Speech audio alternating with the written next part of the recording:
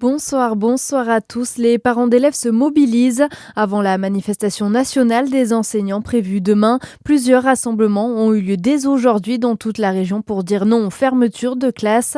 Une centaine de parents étaient présents devant la direction départementale des services de l'éducation nationale à Dijon, mais aussi dans le Jura, à Poligny, où une classe de l'école Jacques Brel doit être fermée à la rentrée 2026.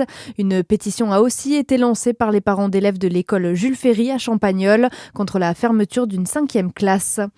Ce nouveau coup de filet lié au trafic de stupéfiants, les gendarmes de la Côte d'Or accompagnés de ceux de Lyon ont interpellé 10 personnes soupçonnées d'être impliquées dans une affaire de narco-blanchiment à Sens. Parmi eux, la tête du réseau a été arrêtée. Lors des perquisitions, d'importantes sommes d'argent dissimulées jusque sous une baignoire ont été découvertes, rapporte la gendarmerie de la Côte d'Or. Au total, plus d'un demi-million d'euros ont été saisis.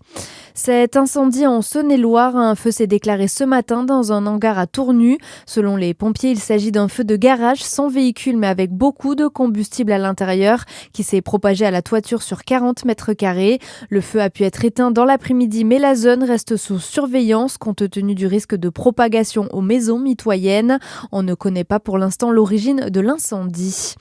Dans le reste de l'actualité, une carte pour visualiser la présence des pesticides dans l'air. Elle est présentée aujourd'hui par Atmo France, la structure qui rassemble les associations de suivi de la qualité de l'air. Son nom, Fitatmo Datavise. Elle sera accessible dès mercredi. Concrètement, cette carte interactive détaille le nombre de substances actives détectées sur un lieu choisi. En tout, 72 produits ont été étudiés pour des données datant de 2022-2023. Et Clémence Lobary, le constat est sans appel. Des pesticides ont en effet été repérés dans l'air partout à travers le territoire national. Parmi les substances les plus couramment retrouvées, il y a notamment le glyphosate à des niveaux toutefois très faibles, mais aussi le folpel, un fongicide souvent utilisé dans les vignes, et le prosulfocarbe, un herbicide largement utilisé pour les grandes cultures. Mais cette carte a également permis de détecter des molécules interdites depuis plusieurs années. Il s'agit le plus souvent de produits présents en raison de leur persistance environnementale, comme le lindane.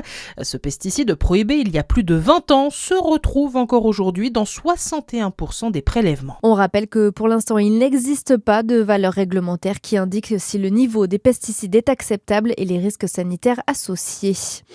Et puis elle fête aujourd'hui ses 58 ans et ses fans attendent qu'elle mette fin au suspense. Céline Dion devrait en dire plus sur son retour ce soir. Des répétitions ont été repérées la nuit dernière autour de la Tour Eiffel et France 2 a donné rendez-vous à 21h05. Céline Dion est annoncée pour une série de concerts à Paris à la rentrée, elle qui n'a plus donné de concert en France depuis 2017. Voilà pour votre actualité, à suivre la météo sur Fréquence Plus.